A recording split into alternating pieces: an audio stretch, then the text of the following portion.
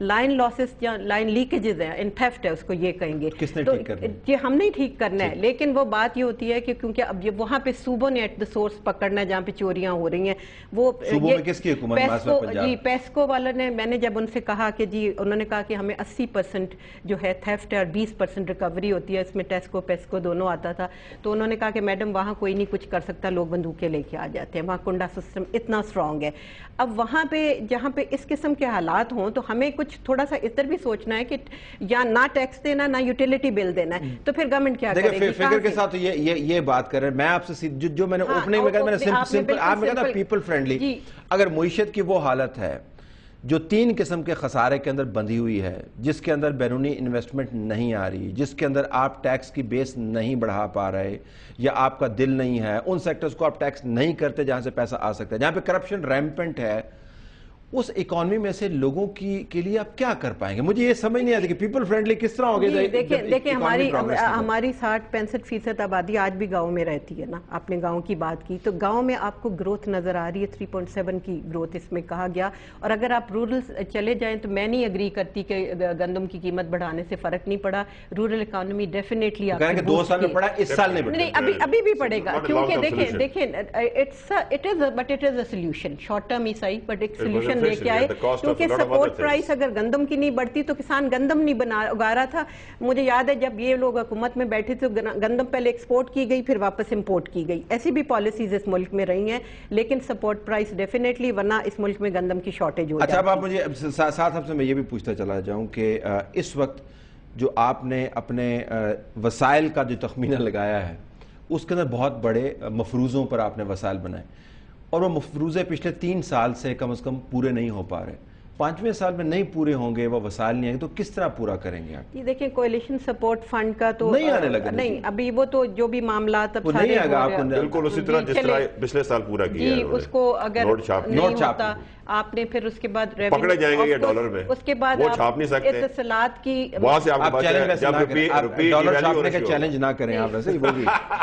لیکن اتصالات کا تو تقریباً آلموسٹ $1 بلین ہے اتصالات کا. اب جن لوگوں نے اس وقت اتصالات کا ہم نے کافی دیکھا اپنی کمیٹی میں، جو ایگریمنٹ بھی ایون دیکھا، اتنا برا ایگریمنٹ پاکستان کے لیے، اتنا نقصان دہ ایگریمنٹ. میں سمجھتی ہوں کہ ان لوگوں کو بلا کے رسپانسبلٹی فکس کرنی چاہیے کہ اس میں کوئی ڈیٹیلز ہی نہیں ہے. اب وہ پراپرٹیز جو اٹیچڈ ہیں وہ مانگتے ہیں، ایگریمنٹ از سائلنٹ.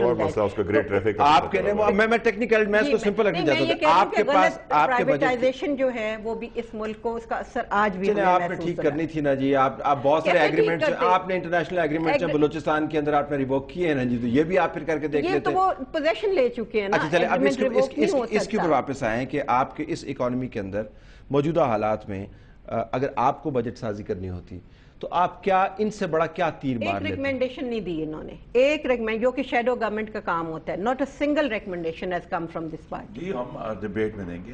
پہلی بات تو یہ ہے کہ پاکستان کی ترقی کی راہ میں اگر جو فوکس کرنا ہے، بڑا واضح ہو گیا ہے کہ جو بجلی اور گیس کی کمی ہے وہ سب سے بڑی رکاوٹ ہے. لہٰذا ریسورسز کو ادھر فوکس کرنا ہے. اور اگر ہمیں بجلی کے بل لینے کے لیے بندوقوں کا سامنا کرنا پڑے تو ہمیں کرنا پڑے گا. کیونکہ اگر آپ دیکھ لیں کہ جو ملک کے انتہائی شمال میں اور جنوب میں جو بجلی کی کمپنیز ہیں وہاں چوری سب سے زیادہ ہے، اور ان کو جو ہے معاملہ تو بہتر انتظام سے ہی حل ہونا ہے. تو پہلا سٹیپ تو یہ ہوگا کہ پیپکو میں، ریلوے میں، پاکستان سٹیل میں، پی آئی اے میں اپنے دوستوں اور کرونیز کی بجائے قابل محنتی ایماندار افراد کے بورڈ بنانے پڑیں گے جو ان کو مینیج کر سکیں. جو بنانے تھے، جو انہوں نے بنانے تھے، جو 4.5 سال یہ نہیں بنا پائے. پہلا تو سٹیپ یہ ہوگا کہ ہمیں یہ جو ہیمریج ہے اس کو روکنا ہے.